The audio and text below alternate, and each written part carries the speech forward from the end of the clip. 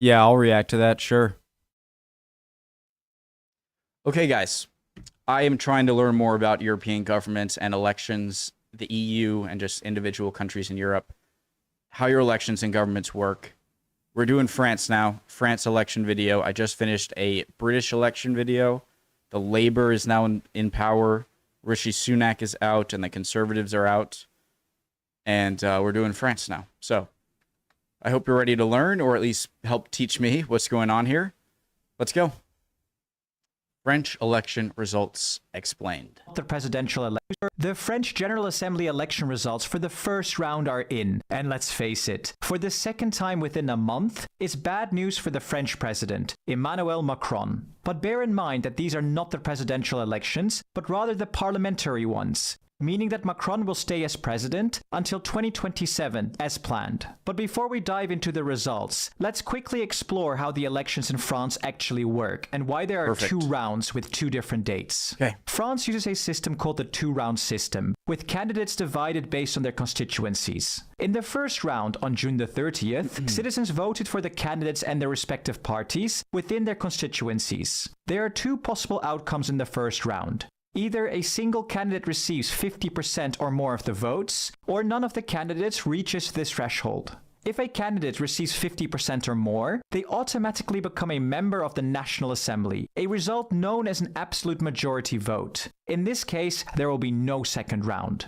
If no candidate achieves 50%, which is way more common, a second round is held on July the 7th. This is where the top candidates face off. To qualify for the second round, candidates need at least 12.5% of the eligible voter share in their constituency. In the second round, people vote again, and the winner wins the constituency and secures a seat in the parliament. I wonder why they picked 12%. Immediately, my thought was, okay, so the top two are going to, elect or going to fight it out again. People are going to vote, but I guess if your party didn't cross, if in your constituency no one got a majority and your party didn't meet the 12.5 threshold,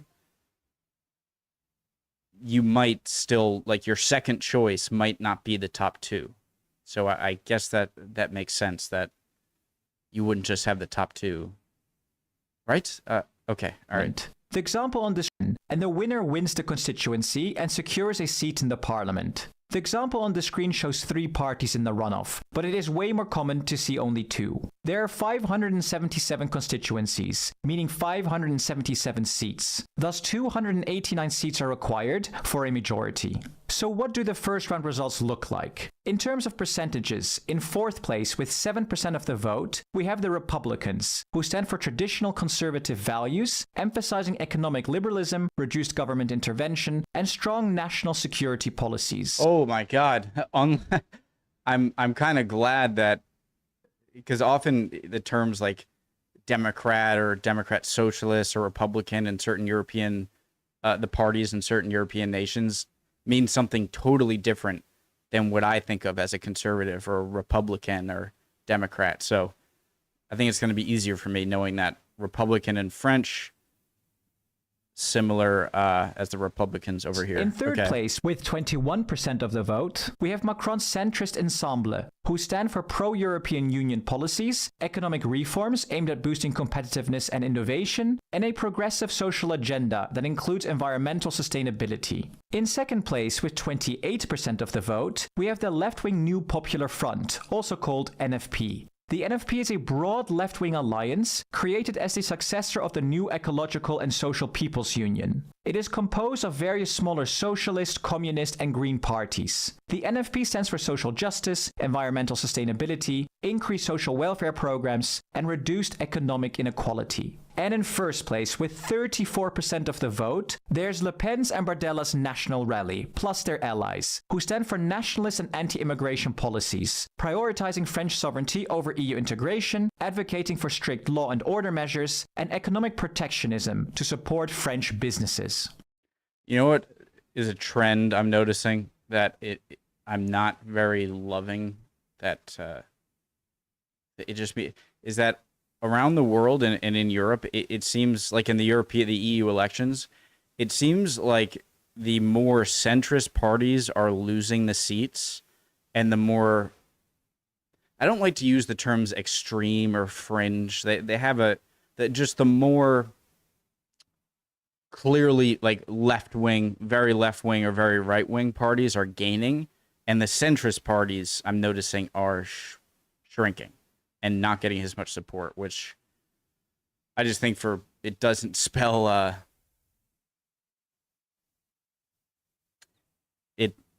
I would prefer if the center was growing more, because I just think it'll lead to more conflict with this. Strict I explained that terribly, but I hope you get what policies, I mean. Prioritizing French sovereignty over EU integration, advocating for strict law and order measures, and economic protectionism to support French businesses. In terms of percentages, Le Pen and Bardella's National Rally won the first round of the elections. However, it is not that simple. So far, only a handful of constituencies have been decided. At the time of recording, 38 seats have been secured for the National Rally and its allies. 32 seats have been secured for the NFP, and only 2 seats have been secured for Macron's party. The Republicans secured 1 seat, with 3 seats going elsewhere. This means that a staggering 87% of total available seats are still up for grabs this Sunday, when we enter the second round. In other words, for 501 seats, no single party secured 50%, and we are going into a runoff. We will definitely create a video on this, so make sure you subscribe. So it might look like Le Pen and Bardella's National Rally are on the path to a parliamentary majority, but this is definitely not set in stone yet. They are indeed in their strongest position ever, but several factors could influence the final outcome. In the 2-round system of French elections, the cordon sanitaire often comes into play in the second round. For example, if a far-right candidate makes it to the runoff plus 2 other candidates, mainstream parties may withdraw their candidates to endorse each other, to consolidate votes against the far-right candidate. And this is already happening, with both Macron's and Mélenchon's parties saying they would remove their candidate if they are in 3rd place in a constituency where the far right is currently 1st. Okay, so it's like, 2 parties that are more left-wing or center-leaning, and the more left-wing party and the centrists both would rather either of them than the far right. And so rather than run against each other to spoil the election and hand it to the right, they're going to, consolidate around each other. I understand that. Okay. Additionally, if they are in 3rd place in a By the way, constituency... don't care what politics you are, all right? I'm not European, okay? And if you're left wing, right wing, I like to talk to people about politics, all right? Your view is your view, and it's your business. He's saying they would remove their candidate if they are in 3rd place in a constituency where the far right is currently 1st. Additionally, strategic voting plays a significant role. Voters from different political backgrounds may be encouraged to vote for a less preferred mainstream candidate to block the far-right candidate. For example, a more left-wing voter might support a more center-right candidate in the second round if the alternative is a far-right victory.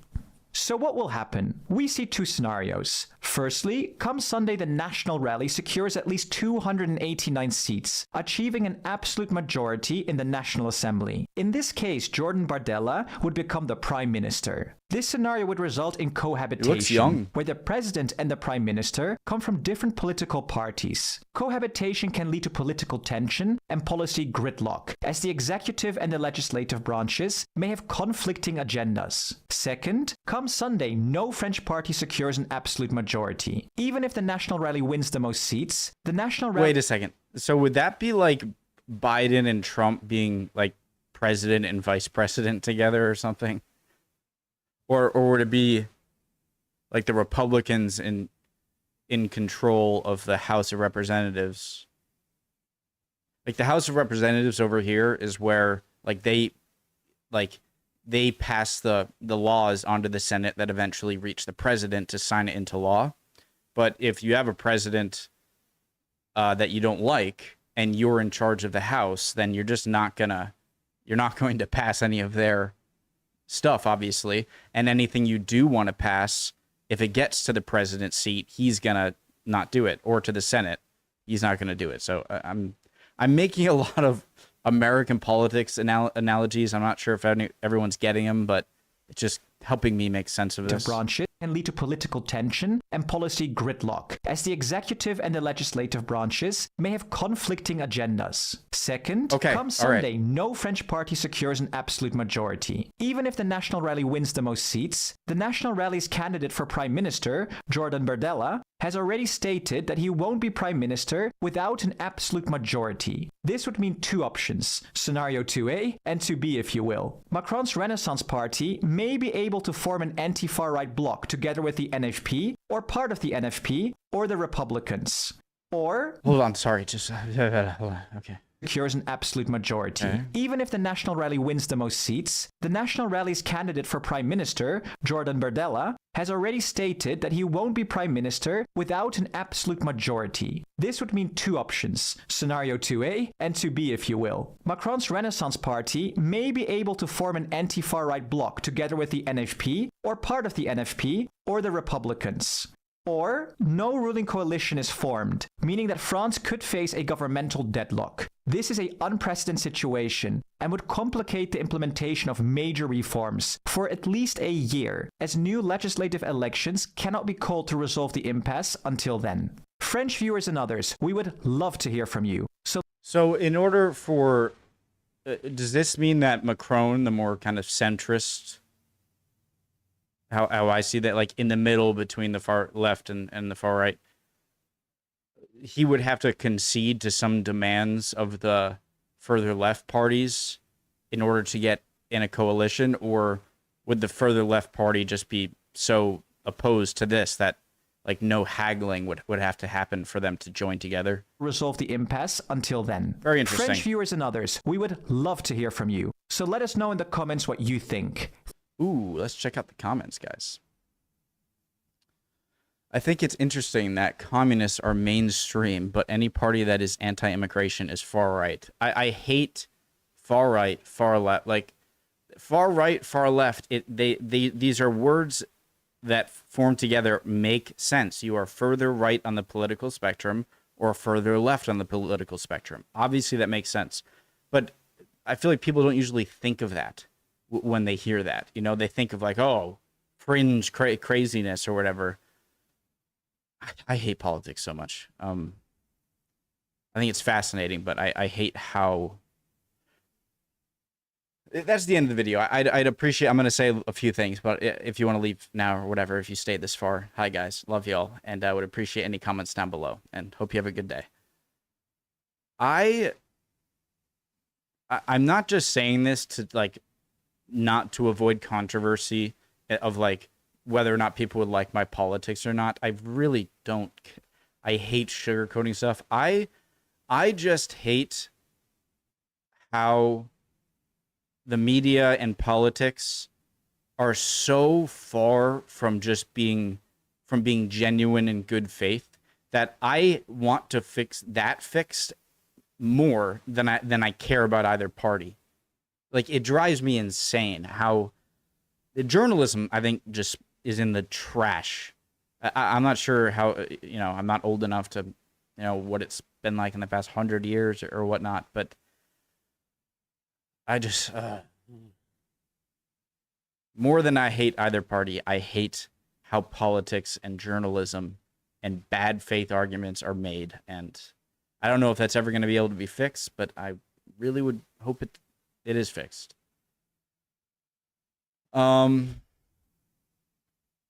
Yeah, so that was a good video. Love y'all. See you guys next time. Bye. Hope you're all doing well, by the way. Chin up.